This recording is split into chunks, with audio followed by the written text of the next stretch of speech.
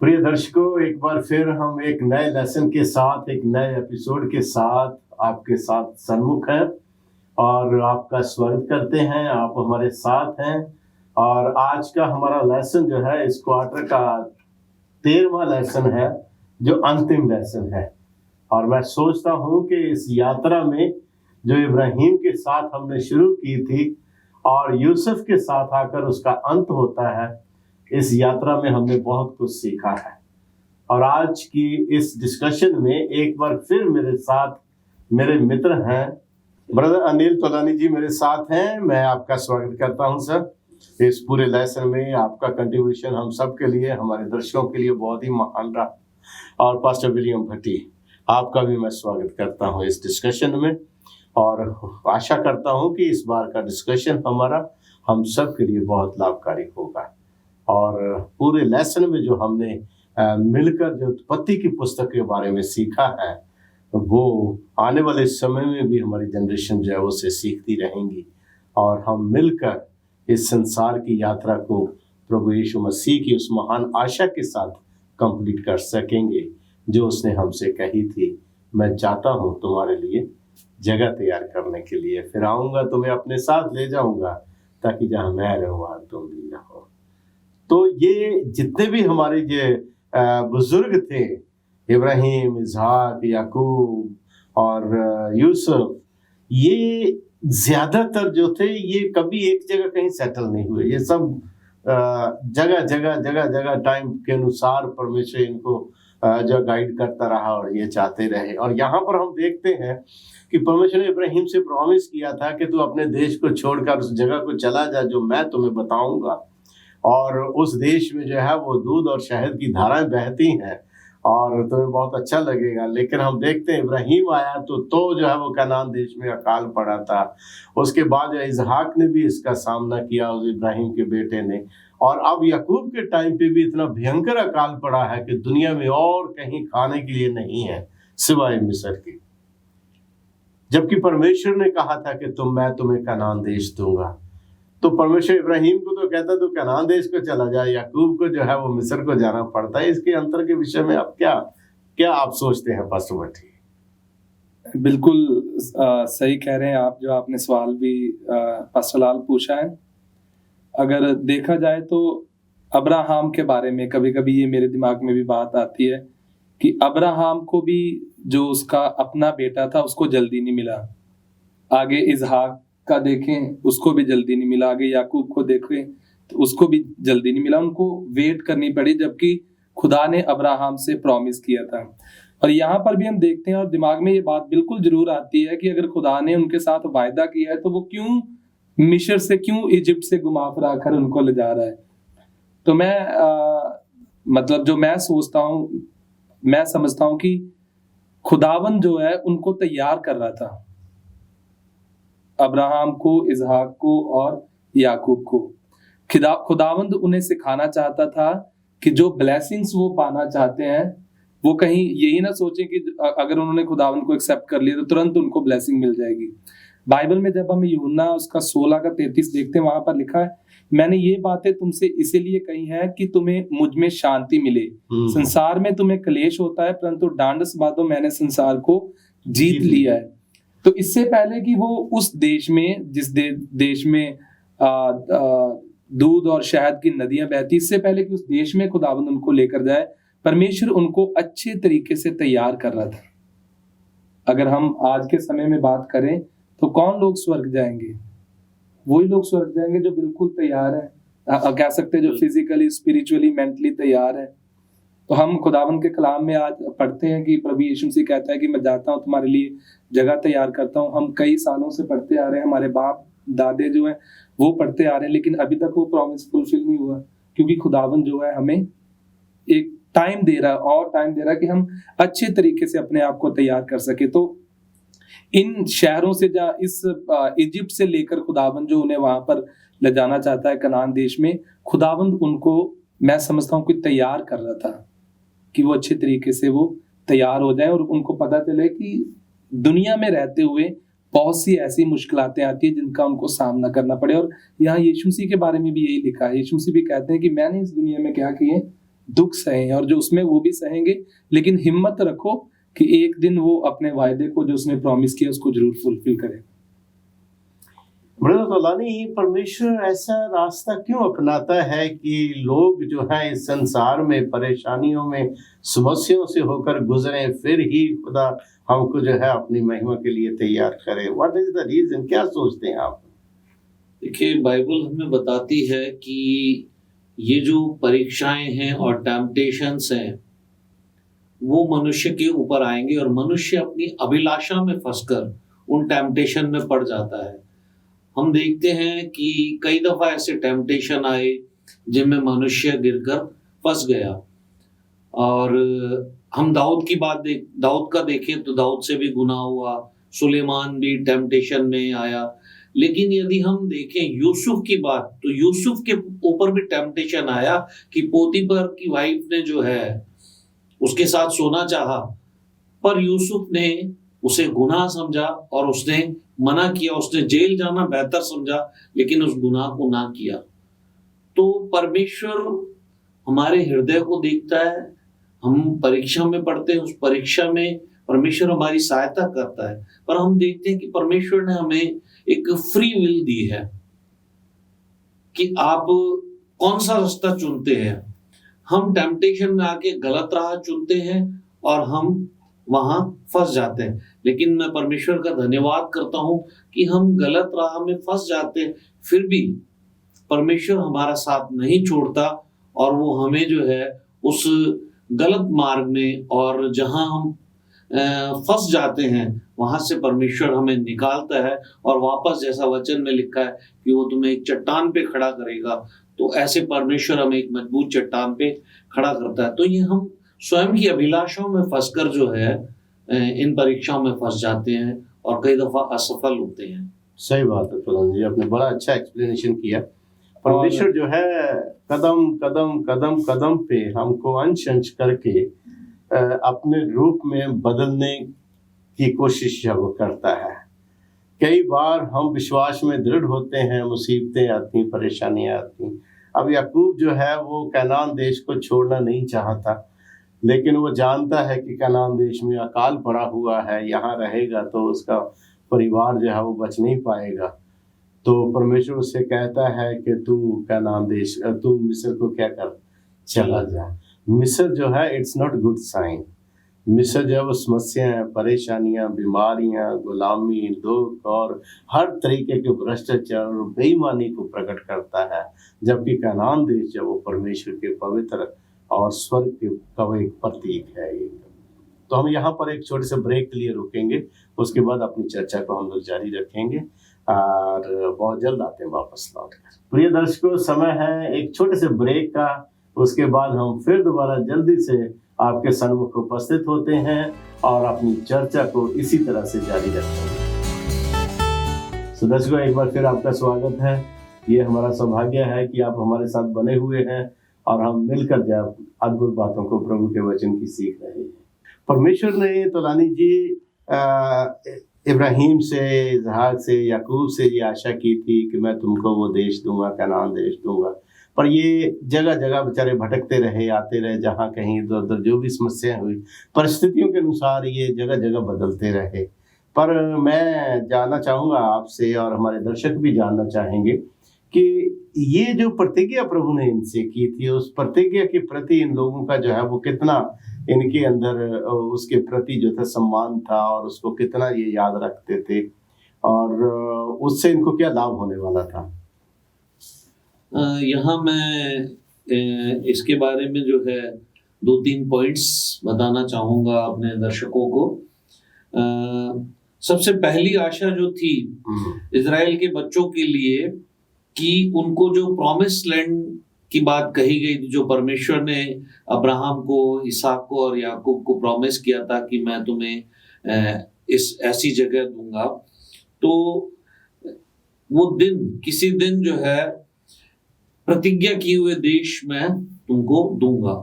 एक तो परमेश्वर से ये आशा थी, और दूसरा जो है परमेश्वर जो है बुराई को अच्छाई में बदल देता है। हम देखते हैं कि जैसे याकूब ने बुराई की या अपने याकूब के बच्चों ने, यूसुफ के भाइयों ने बुराई की, पाप किया, पर परमेश्वर उन बुराइयों को, उन पापों को जो है अच्छाई में बदल देता है। और हमारी कोई भी गलती जो है, हम कितनी भी बड़ी से बड़ी गलती करते हैं, परमेश्वर का सबसे बड़ी जो विशेषता है वो उन खूबी जो बुराइयों को और उनकी वजह से परमेश्वर की योजना जो है वो कभी नहीं रुकती। कोई भी ताकत, चाहे शैतान कितना ही मजबूती के साथ खड़ा रहे, वो परमेश्वर की योजनाओं को रोक नहीं सकता। जैसा कि हम देखते हैं परमेश्वर ने कितनी बाधाएं शैतान ने उत्पन्न की, कितनी परेशानी आई, कितने गुनाह हुए, लेकिन इन सब पापों के बाद भी परमेश्वर की योजना को कोई बदल नहीं पाया। और परमेश्वर ने जो प्रॉमिस उन बच्चों से, अब्राहम और उसकी जनरेशन से किया था, उन बच्चों को कनान मुल्क में लेके आया। और तीसरा हम देखते हैं कि यदि परमेश्वर हमें एश्योरेंस देता है, उन पापियों का भी परमेश्वर उद्धार करता है जो परमेश्वर के पास अपने पश्चाताप के साथ परमेश्वर के पास जाते हैं। परमेश्वर उन पापियों को भी उद्धार देता है। ये हमारे दर्शकों के लिए भी जो है मैं कहना चाहूंगा कि यदि हम सच्चे मन से, पश्चाताप के मन से परमेश्वर के पास जाते हैं, तो उनके गुनाह कितने ही बड़े क्यों नहीं हो, हमारा परमेश्वर इतना महान है, इतना विश्वास योग्य परमेश्वर है कि वो उन सब गुनाहों को माफ करके उन्हें अपने सीने से लगा ले। तो यहाँ पर अगर हम देखें कि किस तरीके से खुदावन ने जो जेनेसिस की किताब, उत्पत्ति की किताब के उसके लास्ट में ये जो हम प्रॉमिस देखते हैं ना, एक प्रतिज्ञा देखते हैं, तो प्रकाशित वाक्य में जब आखिरी किताब में आते हैं तो वो आज के समय में हम लोगों के लिए है जी। हमें भी खुदावन का कलाम, मैं कुछ आयतें पढ़ना चाहता हूँ क्या खुदावन का कलाम आज हमें बताता है। प्रकाशित वाक्य 21 उसकी 1 से पढ़े तो वहां लिखा है, फिर मैंने नए आकाश और नई पृथ्वी को देखा, क्योंकि पहला आकाश और पहली पृथ्वी जाती रही थी और समुंदर भी ना रहा। फिर मैंने पवित्र नगर नए यरूशलेम को स्वर्ग से परमेश्वर के पास से उतरते देखा। वह उस दुल्हन के समान थी जो अपने पति के लिए श्रृंगार किए हो। फिर मैंने सिंहासन में से किसी को ऊंचे शब्द से ये कहते हुए सुना, देख परमेश्वर का डेरा मनुष्य के बीच में है, वह उनके साथ डेरा करेगा और वह उसके लोग होंगे और परमेश्वर आप उनके साथ रहेगा और उनका परमेश्वर होगा। वह उनकी आंखों से सब आंसू पोंछ डालेगा और इसके बाद मृत्यु ना रहेगी और ना शोक, ना विलाप, ना पीड़ा रहेगी, पहली बातें जाती रहेगी। आमीन। तो आज के समय में अगर हम देखें तो खुदावंद हमसे भी प्रॉमिस कर रहा है। जैसे हम यूहन्ना की किताब में पढ़ते हैं, बुक ऑफ जॉन में चैप्टर 14 में कि मैं जाता हूँ तुम्हारे लिए जगह तैयार करता हूँ। तो हमारे लिए एक बहुत बड़ी आज एक हमारे लिए भी आशा है। इजरायली लोगों के साथ ही नहीं थी, उनके साथ तो वो एक कनान देश की थी, लेकिन आज हमारे साथ है किस देश की है? स्वर्गीय कनान की। और खुदावंद का कलाम हमें बताता है, पौलुस रसूल कहता है कि ये दुनिया जो है हमारा परमानेंट एक घर नहीं है, हम सिर्फ इसमें एक सफर कर रहे हैं, एक यात्रा कर रहे हैं। तो जो हमारा परमानेंट घर है वो परमेश्वर प्रभु यीशु मसीह ने हमारे लिए तैयार करके रखा हुआ है, और जिसके बारे में बताया है कि वहां कोई दुख, कोई परेशानी और किसी तरह का कोई विलाप नहीं होगा। थैंक यू पास्टर भट्टी, बहुत ही अच्छा आपने एक्सप्लेनेशन दिया इसका, और तोलानी जी ने बहुत अच्छा ख्याल पेश किया उस आशा के ऊपर। ये बात तो बिल्कुल सच है कि इस दुनिया के लिए परमेश्वर की महान आशा यही है। और प्रतिज्ञा तो दुनिया में बहुत करते हैं, हम लोग बहुत करते हैं, एक दूसरे के साथ वायदे बहुत करते हैं, लेकिन हम कितने निभा पाते हैं ये तो हमें पता नहीं। पर परमेश्वर जो स्वर्ग का प्रभु है वो अपने वायदों को कभी नहीं भूलता। वो बाइबल से हम देखते हैं कि अगर खुदावंद इजरायली लोगों को उस वायदे किए हुए देश में लेकर गया है, तो जो आज हम जो नए नियम में प्रोमिसेस पाते हैं, जो वायदे किए, वो भी खुदावंद जरूर फुलफिल करेगा। मैंने एक मूवी देखी थी तोलानी जी, 10 कमांडमेंट्स, जो बहुत ही जबरदस्त मूवी है। उसमें हम देखते हैं कि जब मूसा जाता है इनको गुलामी से निकालने के लिए, और मिस्र का राजा इनको निकलने नहीं देता, चारों तरफ जो है वो महामारी फैली हुई है मिस्र के ऊपर, एक के बाद विनाश आ रहा है। और उसके बाद लास्ट में मोसेस को वो कहता है भैया तू ले जा अपने लोगों को। और जब मूसा मिस्रियों को इस्राएलियों को लेकर मिस्र से निकलता है और लाखों लोगों की भीड़ को देखता है, तो उस मूवी में दिखाया गया मूसा कहता हे खुदा, इतने लोगों को देखने के बाद वो कहता हे खुदा, मैं इतने लोगों को कहाँ लेके जाऊं। और उसके बाद फिर वो कहता है मैं इनको प्रभु के पर्वत के ऊपर लेके जाऊंगा। तो हमारी धन्य आशा जो है वो प्रभु के पर्वत के ऊपर जाने की है। आमीन। मैं आपका सबका धन्यवाद करना चाहूंगा आपके कंट्रीब्यूशन के लिए। सो प्रिय दर्शकों, जेनेसिस की यात्रा में, उत्पत्ति की पुस्तक की यात्रा में हमने देखा कि किस तरीके से हमारे पूर्वज जो नूह से लेकर के और उसके बाद आदम हवा से लेकर के उसके बाद इब्राहिम, याकूब और इसहाक को लेकर के जो है वो हमें पता चलता है कि वो भटकते रहे, इधर उधर आते जाते रहे, जहां जहां प्रभु उनको भेजता रहा वो जाते रहे। सिर्फ इसी कारण क्योंकि परमेश्वर ने उनसे प्रतिज्ञा किया था कि मैं तुमको कनान देश में बसाऊंगा। वो इस दुनिया में कई उनमें से अपने जीवन में रहते हुए उस कनान देश में वो नहीं बसे, पर उस प्रतिज्ञा से, उस आशा, धन्य आशा से वो कभी भी अलग नहीं हुए।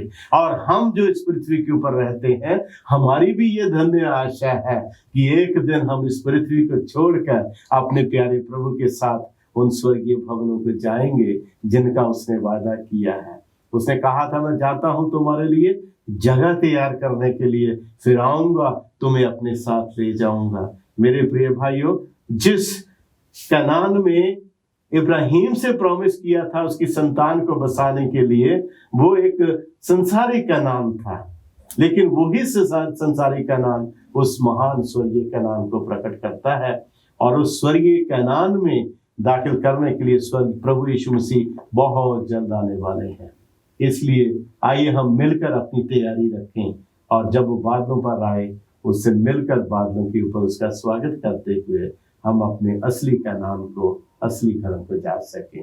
तो लनी, अब हम यहाँ पर देखते हैं कि इस्राएल जो है अपने पूरे परिवार के सहित मिस्र देश में चला जाता है। वहां जाते हैं तो यूसुफ जो है वो बहुत ध्यान देता है उनके ऊपर, और उसके ऊपर जो है यूसुफ सोचता है कि मैं इनको बढ़िया से बढ़िया अच्छे इलाके में इनको रखूं, और रखता भी है वो। और उसके बाद यूसुफ जो है वो याकूब की मुलाकात करवाता है फिरौन के साथ, और फिरौन उसको जो है वो ब्लेस करता है, उसको आशीष देता है फिरौन को। और उसके बाद जो है वो कहते हैं कि भी हम चरवाहे हैं, हम तो जो है वो भेड़ बकरियां चराने वाले हैं। तो उनको गर्शोन के इलाके में जो है उनको रख दिया जाता है।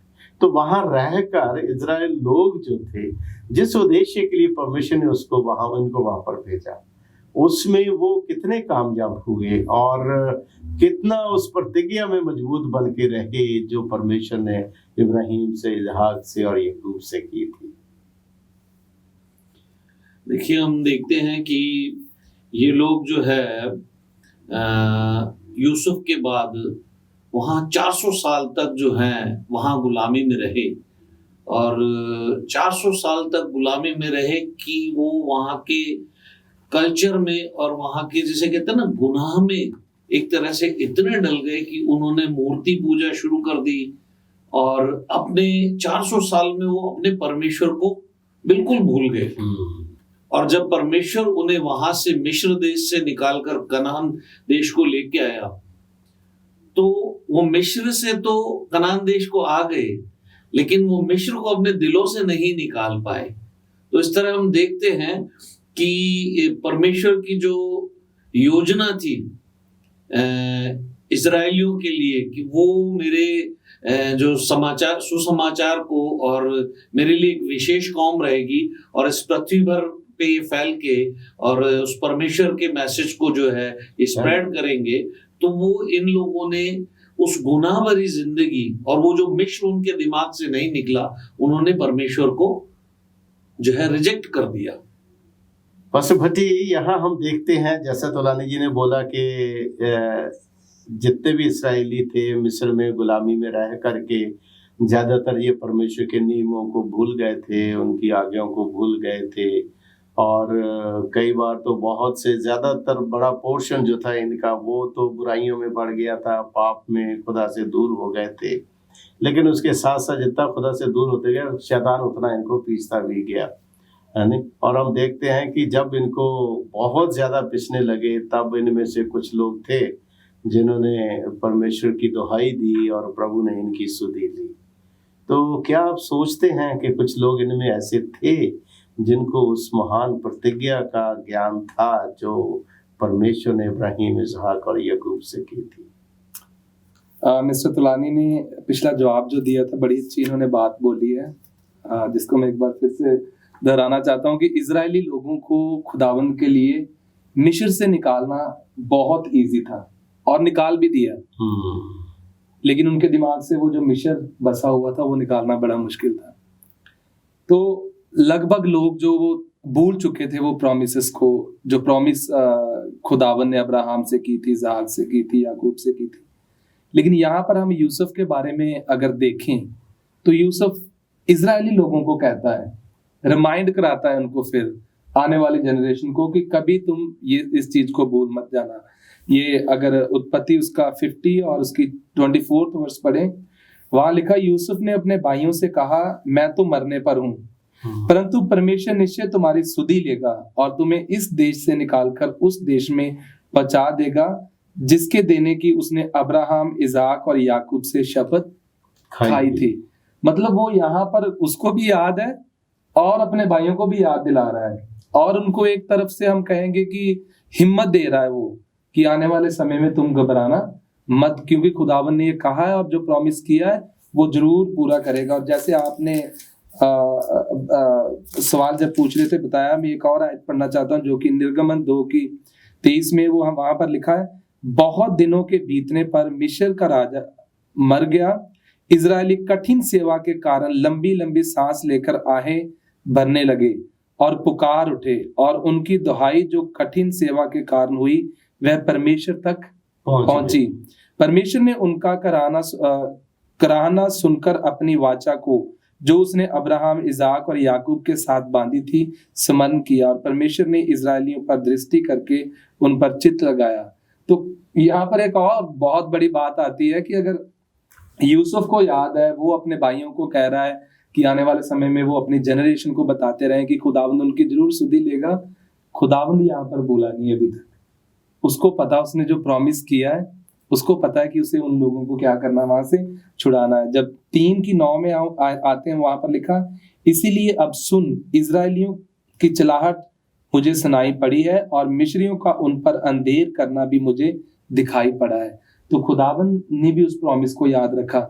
और इस यहाँ पर हम जब इन वचनों को पढ़ते तो हमें पता चलता है कि वाकई लोग कुछ थे जिनके दिमाग में ये बात होगी और जिन्होंने जरूरी समझा कि अब हम परमेश्वर के आगे चलाएं, और उन्होंने परमेश्वर के आगे दुहाई दी। तो सच में परमेश्वर ने उनकी दुहाई को सुना और जब एक सही समा, जब वो टाइम पूरा हुआ, जैसे अब्राहम के साथ खुदावन ने जो प्रॉमिस किया था, उसके बाद खुदावन उनको वहां से आजाद करवाता है।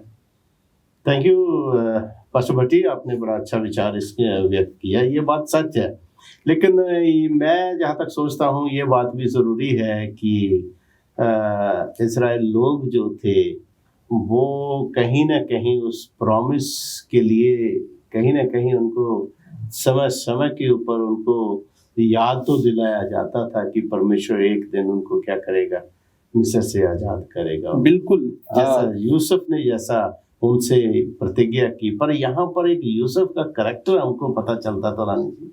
वो करैक्टर ये है कि यूसुफ फिरौन के भवन में रहकर भी उसकी लाइफ में कहीं ऐसा दिखाई नहीं देता कि मिस्र या मिस्र की हालात जो है या मिस्र की शिक्षा उसके ऊपर कहीं हावी हुई हो उसके ऊपर, वो भवन में रहकर भी।